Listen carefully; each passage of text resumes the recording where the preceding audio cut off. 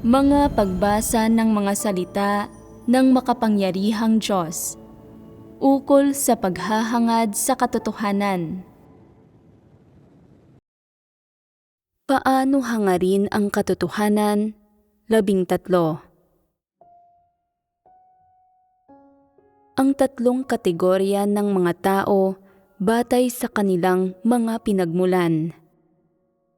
Ang mga katangian ng mga taong nagreinkarnasyon mula sa mga hayop. Ang paksang pinagbahaginan natin noong nakaraan ay may kinalaman sa kung paano kilatisin at tingnan ang mga tao.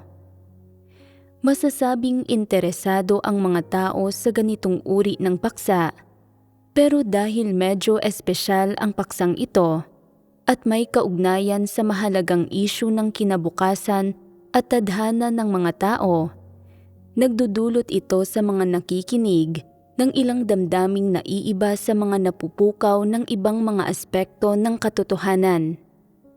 Para sa ilan, hindi masyadong kaaya-aya ang mga damdaming ito.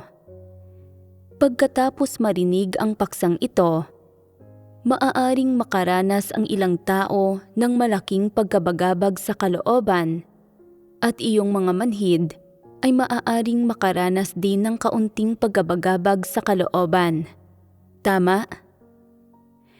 Anuman ang mga reaksyon ng mga tao, ano't anuman, pagkatapos mapagbahaginan ang mga paksang ito, ang hinirang na mga tao ng Diyos ay nagkakaroon ng kaunting tulong sa pagkilatis sa mga tao at sa pagtalo sa iba't ibang usapin, at nabibigyang kakayahan sila na magtamo ng kaunting kabatiran at kaunting pagkilatis.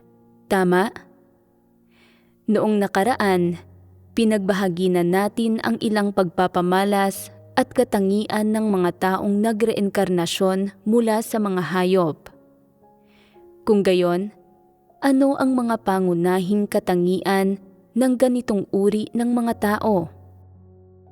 Noong nakaraan, pinagbahaginan natin na ang mga taong nagreinkarnasyon mula sa mga hayop ay may 4 na katangian. Una, mayroon silang baluktot na pag-arok. Ikalawa, sila ay lubhang manhid. Ikatlo, sila ay lubhang magulo ang isip. At ikaapat, sila ay lubhang hangal.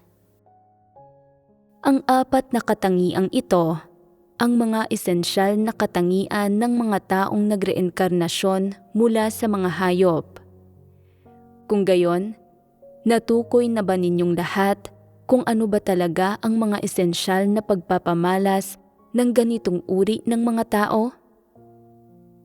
Sa madaling salita, kung pagbabatayan ang kanilang panlabas, ang kanilang pananalita at asal, at ang iba't ibang pagpapamalas ng kanilang pagkatao, anong mga pagpapamalas ang mayroon sila na may kaugnayan sa 4 na katangiang ito? Halimbawa, ano ang mga katangian ng kung paano nila tinatrato ang katotohanan at ng konsensya at katwiran ng kanilang pagkatao?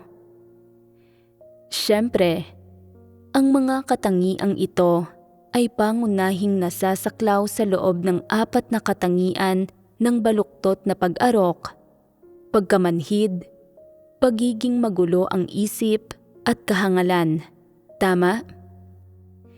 Ngayon, batay sa ilan sa mga pagpapamalas na nakikita at nararanasan ninyo sa tunay na buhay, ipaliwanag ninyo ng mas detalyado ang 4 na katangiang ito.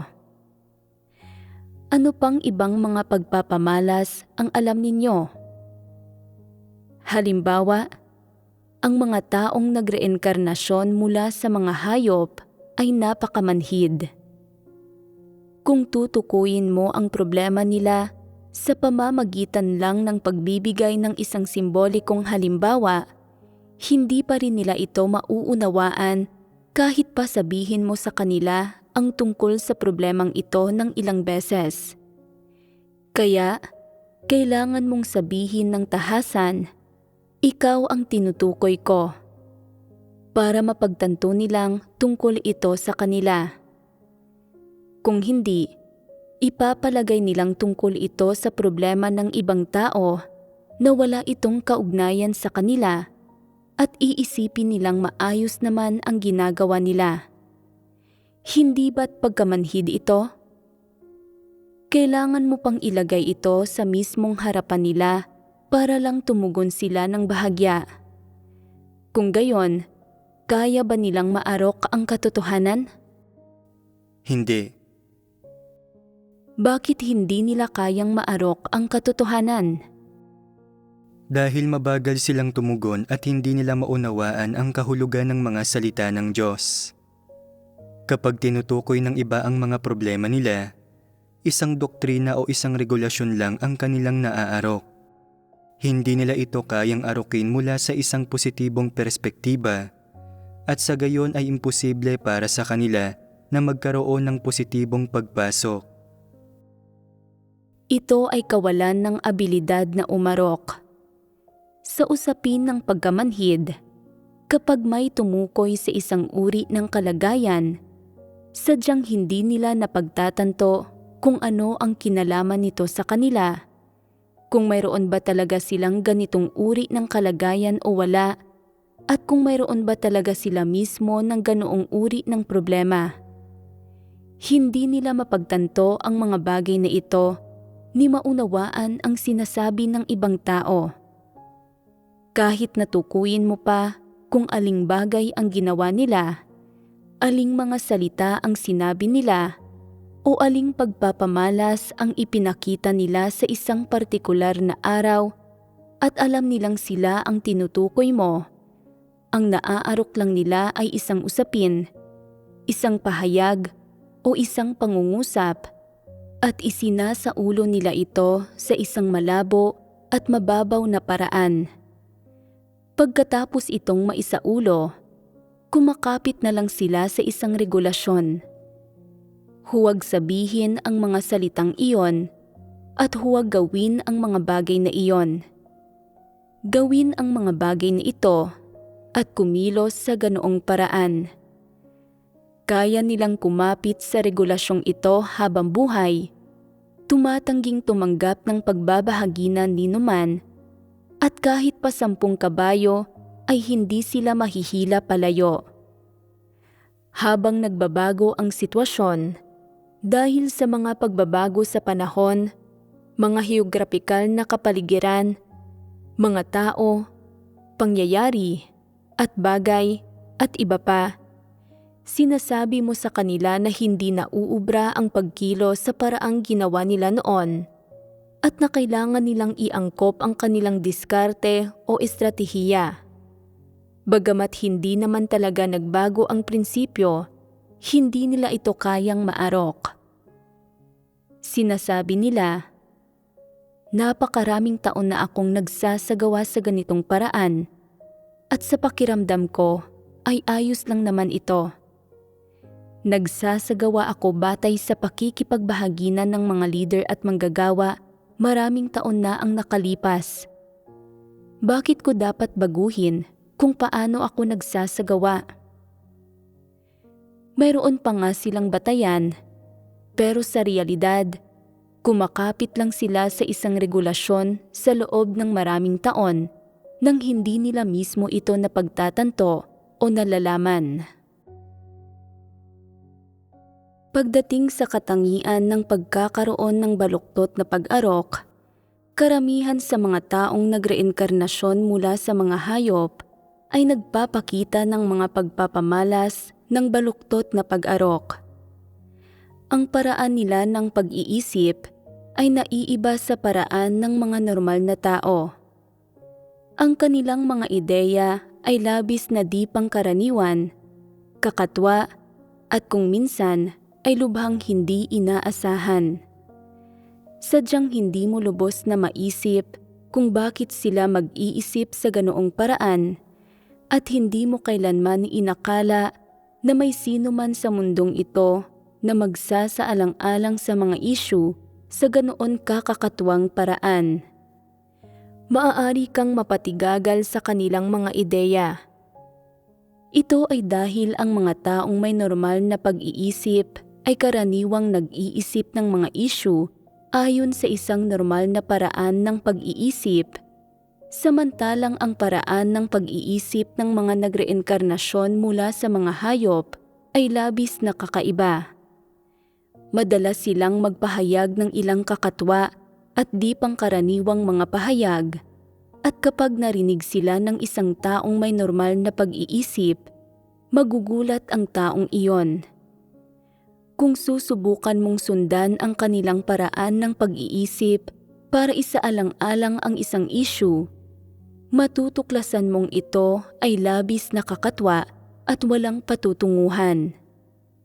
Dahil mayroon silang ganitong paraan ng pag-iisip, sa tunay na buhay, sila man ay gumagawa ng kanilang mga tungkulin, nakikisalamuha sa iba, o nahaharap sa mga partikular na sitwasyon, mga tao, pangyayari, at bagay, ang kanilang mga ideya ay palaging labis na kakatwa at hindi nila makasundo ang karamihan ng tao. Hindi sila mukhang mga nilalang na namumuhay sa mundo ng mga tao, kundi sa halip ay tila namumuhay sila sa ibang mundo. Hindi mo kailanman mauunawaan kung bakit sila nag-iisip sa paraang ginagawa nila o kung bakit sila nakakaisip ng gayong mga kaisipan. Ang paraan ng pagsasaalang-alang nila sa mga issue ay madalas na lumalampas sa saklaw ng pag-iisip ng normal na pagkatao at lumilihis mula sa tamang landas ng normal na pag-iisip. Ang huling resulta ay nasa tingin ng lahat ay labis na kakatwa ang kanilang paraan, paninindigan at mga prinsipyo sa pagsasaalang-alang ng mga issue. Kung naroroon ang gayong tao habang isinasaalang-alang o pinagbabahaginan ng lahat ang isang issue, at karamihan sa mga taong naroroon ay walang pagkilatis, walang sariling mga opinyon o hindi nauunawaan ang mga katotohanang prinsipyo, madalas na mangyayari na ang takbo ng kanilang pag-iisip ay matitigil o na ang isang normal na talakayan ay magugulo at maaantala dahil sa isa sa mga baluktot na kaisipan at pananaw ng taong iyon. At ano ang resulta sa huli? Pagkatapos ng palitan ng mga ideya, natutuklasan ng mga tao na ang pananaw na inilahad ng taong iyon ay lumilihis mula sa tamang landas, na ito ay hindi objektibo ni praktikal, at na, higit pa rito, ito ay lubhang kakaiba, at na ang paraan niya ng pagsasaalang-alang sa mga issue ay sukdulang kakatwa pa nga. Kapag nag-uusap at nagkukwentuhan ang mga normal na tao, lalong sumisigla ang usapan, lalong nagiging malinaw sa lahat ang mga isyung pinag-uusapan, at lalong umuusad ang paksa habang lalo silang nag-uusap. Ngunit kapag sumingit ang taong ito, lumilihis sa paksa ang usapan. Nawawalan ng masasabi ang ibang mga tao. Nararamdaman nilang lahat na masyadong kakatwa ang mga salita ng taong ito at hindi sila makatugon dito. Sa gayon, naaantala ang paksang pinag-uusapan. Bagamat ang ganitong uri ng tao ay may natatanging mga kaisipan at pananaw, palaging naiiba ang mga ito sa mga pananaw na inilalahad ng mga may normal na pag-iisip. Ang kanilang mga kaisipan at pananaw ay hindi ang dapat taglayin ng normal na pagkatao, at ang mga ito ay wala sa saklaw ng pag-iisip ng normal na pagkatao, kaya ang mga sinasabi nila ay tila kakatwa sa pandinig ng ibang mga tao o hindi pa nga lubos na maisip, at ang kanilang mga solusyon at landas ay hindi nakakatulong sa mga tao, at higit pa rito ay may kalikasan ng paggambala, panggugulo, pagpapahina at pananabotahe. Ayos lang kung mananatili silang tahimik at medyo nananatiling malinaw ang takbo ng pag-iisip ng lahat. Ngunit sa sandaling sumingit sila para magpahayag ng kanilang opinyon o magbigay ng isang mungkahi, nagugulo at nagagambala ang lahat kapag naririnig nila ito. Lumilitaw ang mga paglihis sa paksang tinatalakay at mahirap makamit ang magagandang resulta. Gayunpaman, ang isang taong may tunay na mahusay na kakayahan ay kayang tukuyin ang pinakabuod ng isang issue at kaya niyang maarok ang mahalagang punto nito at magbahagi ng isang tamang landas para malutas ang problema. Kahit papaano man lang, kaya niyang magbigay ng ilang makabuluhan at mahalagang mungkahi na nakaayon sa takbo ng pag-iisip ng ibang mga tao. Kung maglalahad siya ng isang mungkahi at sa tingin ng lahat ay angkop ito at handa silang tanggapin ito, nangangahulugan ito na ang mungkahi na inilahad ng taong ito na may mahusay na kakayahan ay natumbok ang mahalagang punto dahil kaya ng taong ito na matalos ang diwa ng mga bagay. Kung hindi siya magsasalita, maaaring magtalakayan ang lahat sa loob ng 3 araw nang hindi nakakarating sa isang konklusyon. Kita ninyo, ang dalawang uring ito ng mga tao ay parehong may mga natatanging pananaw na naiiba sa ibang mga tao. Ngunit ang mga pananaw na inilalahad ng isang taong may mahusay na kakayahan ay makakatulong sa iba na makilatis ang diwa ng isang issue at makakatulong sa mga tao na mahanap ang tamang direksyon at landas ng pagsasagawa kapag sila ay nalilito. Iba naman ang isang taong may baluktot na pag-arok. Ang kanyang mga pananaw at baluktot na paraan ng pag-iisip ay madalas na may epekto na pagbuwag at panggugulo kapag nagtatalakayan ang mga tao ng mga usapin o nagkakaroon ng mga normal na pag-uusap. Kaya, kung ang isang taong may baluktot na pag-arok na nagreinkarnasyon mula sa isang hayop ay kasangkot sa anumang iglesia o anumang aspekto ng gawain, malamang na magdulot siya ng mga panggugulo at paggambala at masusuya sa kanya ng todo ang lahat. Iisipin nila, bilisan ninyo at paalisin na siya.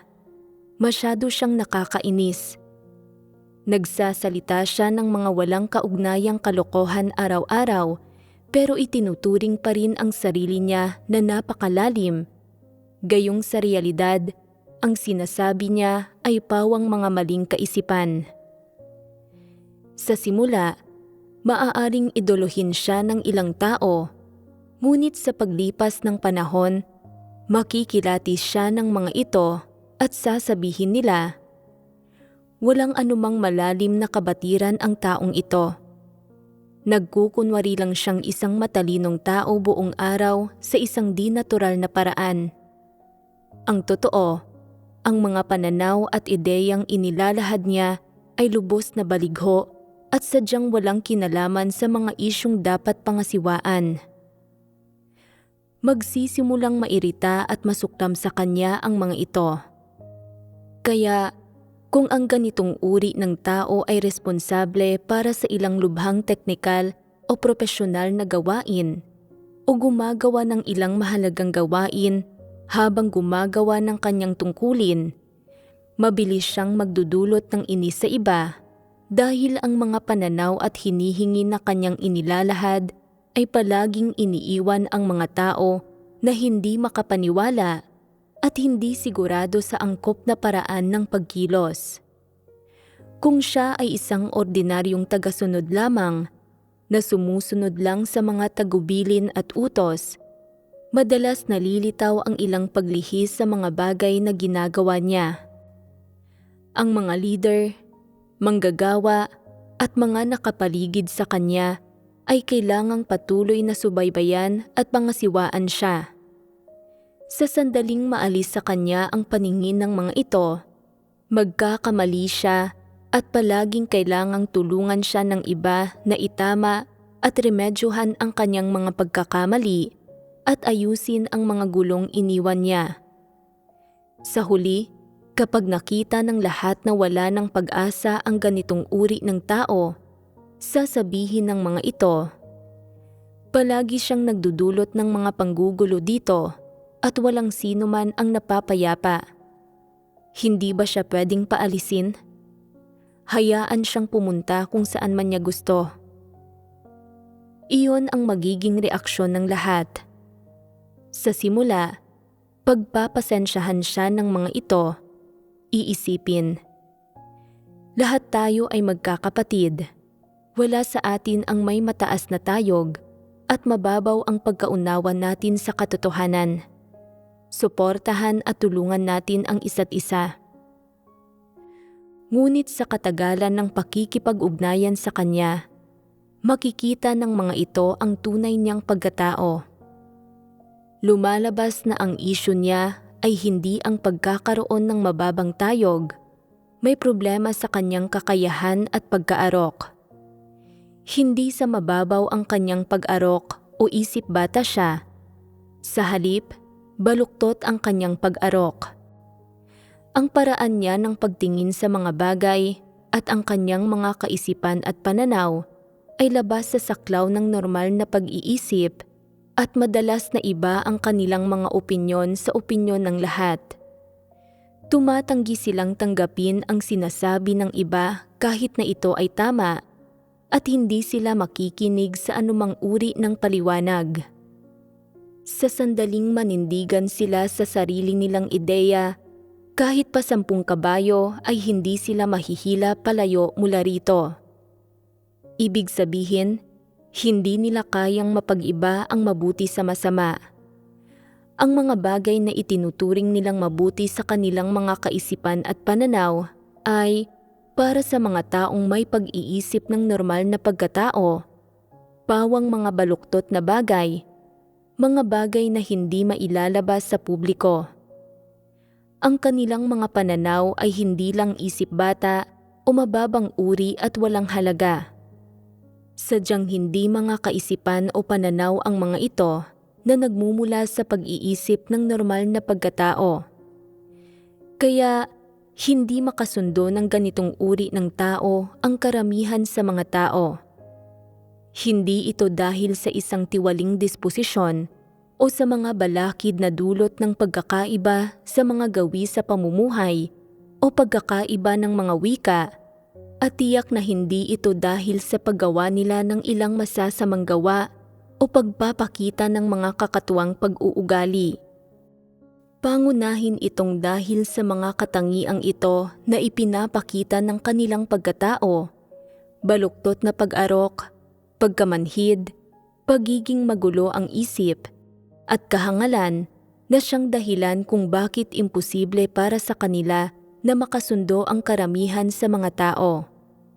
Siyempre, hindi rin makasundo ng masasamang tao at mga antikristo ang karamihan sa mga tao. Ngunit bagamat mayroon sila ng parehong katangiang ito, ang diwa o pinomenon ng kanilang kawalan ng kakayahang makasundo ang iba ay iba sa diwa o pinomenon ng mga taong nagreinkarnasyon mula sa mga hayop. Hindi makasundo ng masasamang tao at mga antikristo ang iba dahil sa diwa ay mga dyablo sila, samantalang ang mga taong nagreinkarnasyon mula sa mga hayop ay ganap na walang pag-iisip at talino ng normal na pagkatao, pati na rin ng konsensya at katwiran ng normal na pagkatao, kaya napakahirap para sa mga normal na tao na makipag-usap sa kanila. Maaari lang silang mag-usap tungkol sa mga di mahalaga at pambahay na usapin na hindi nagsasangkot ng mga prinsipyo, kaya nagiging napakalimitado ng saklaw ng pag-uusap. Ang mga taong nagreinkarnasyon mula sa mga hayop, kung tutuusin, ay hindi ang mga nagreinkarnasyon mula sa mga dyablo. Naiiba sila sa mga ganoong uri ng mga tao at nabibilang din sila sa isang kategorya ng mga buhay na nilalang. Kaya, hanggat hindi nasasangkot ang mga pangunahing prinsipyo, kaya pa rin nilang makisama, makipag-usap, at makisalamuha sa iba sa kanilang pang-araw-araw na buhay o habang gumagawa ng kanilang mga tungkulin. Gayunpaman, sa sandaling masangkot ang mga pangunahing katotohanang prinsipyo o mga pagpili tungkol sa kung aling landas ang tatahakin, ang ganitong uri ng tao ay nagiging ganap na hindi kaayon ng karamihan ng mga tao at hindi na siya makasundo. Halimbawa, nakikipag-usap ka sa ganitong uri ng tao tungkol sa mga pang-araw-araw na paksa sa buhay, kung anong mga pagkain at putahe ang gusto mo, kung paano lutuin ang mga ito ng maayos, ang mga bagay tungkol sa iyong bayang pinanggalingan at iba pa. Habang mas nag-uusap kayo, mas marami kayong nasasabi at lalong nagiging magiliw ang usapan. Nangangahulugan ba ito na magkaayon kayong dalawa? Nangangahulugan ba ito na nabibilang kayo sa iisang kategorya? Hindi mo masasabi ang mga bagay na iyon batay lang sa ganitong uri ng pag-uusap. Ngunit kapag nag-uusap kayo tungkol sa mga paksang tulad ng kung bakit ka nananampalataya sa Diyos at ang mga pananaw mo sa pananampalataya sa Diyos, mga paksang kinasasangkutan ng mga kaisipan at pananaw, mga katotohanang prinsipyo, mga pananaw sa buhay, mga pagpapahalaga, mga landas na tinatahak ng mga tao, mga hinahangad ng mga tao at iba pa, ang inyong mga kaisipan at pananaw at ang inyong mga paraan ng pag-iisip ay lalong nagkakalayo at wala na sa iisang landas at natitigil ang usapan. At bakit ganoon? Dahil baluktot ang kanyang pag-arok.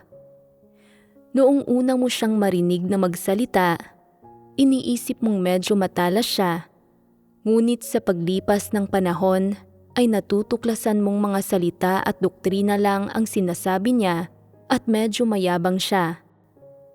Nagbabago ang damdamin mo sa kanya, hindi na ito ganoon kagiliw, lumilitaw ang mga hadlang at napag-iiba na ang mga kategoryang kinabibilangan ng bawat isa sa inyo.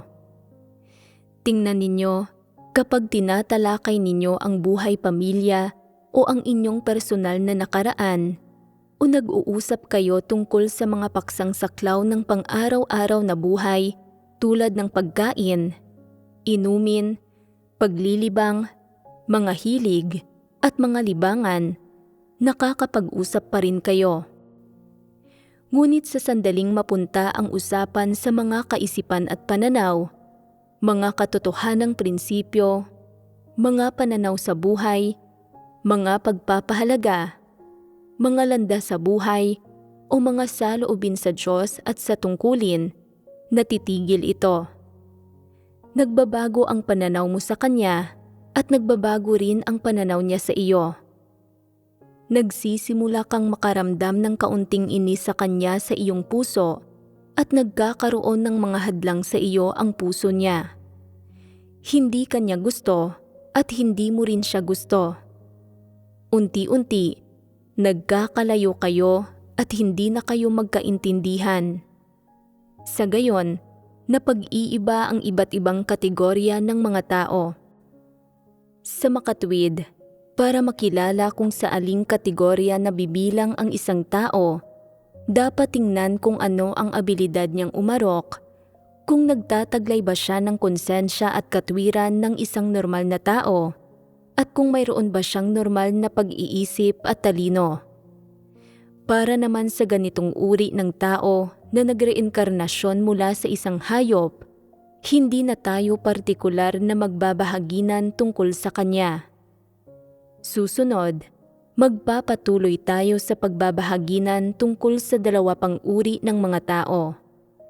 Pagkatapos nating gawin iyon, babalikan at paghahambingin natin ang tatlong uring ito.